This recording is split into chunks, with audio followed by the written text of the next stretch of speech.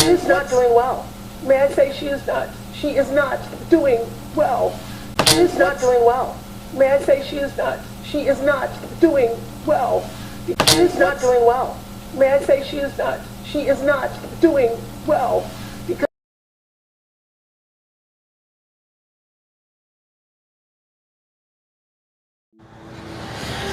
I try to stay positive. We fell behind on the rent and we were evicted. But when we became homeless, it was my husband and I, 5 kids, 1, 5, 7, 9, 14, and then we have the dog. So we lived in our minivan for close 7 or 8 days. No matter how tired I was, I could not sleep because it wasn't safe, it was dangerous. I think the hardest thing was the baby, trying to keep her calm. The other kids were okay, but I hope that one day they forget it. But at the time, they thought it was a little vacation. They didn't understand, thank God they didn't understand. And they still don't really understand, they still think it's a vacation.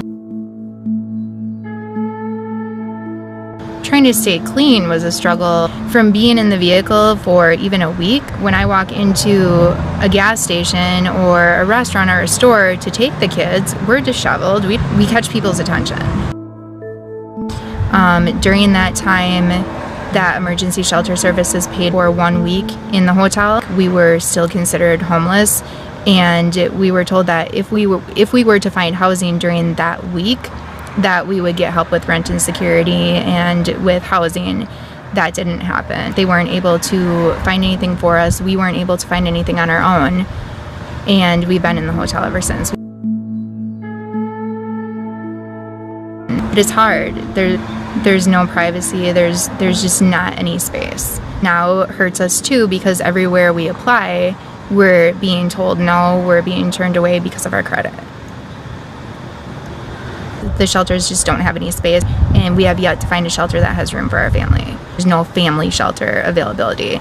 There's shelters for women with children, and then there's shelters for men, but that divides our family. I think the problem with housing is, people realize that we are homeless. We have to put the hotel for our current address, and it makes me feel helpless and hopeless all over again every time I have to go into the hotel and tell them I don't have enough to pay and think that we may be back in a vehicle again. The first week that we were in the hotel that was paid for by emergency shelter services, we were still considered homeless, so that gave us a lot more help.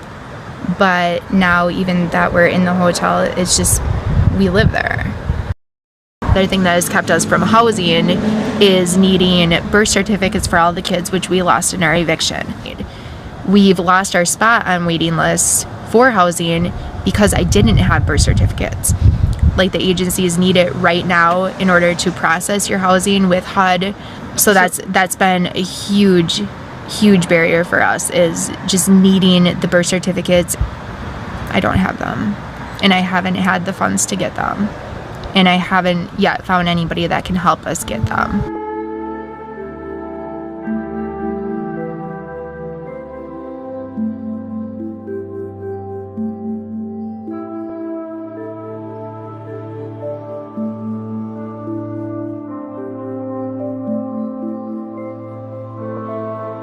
I try so hard to keep just some sort of routine, which is almost impossible, and just try to keep positive.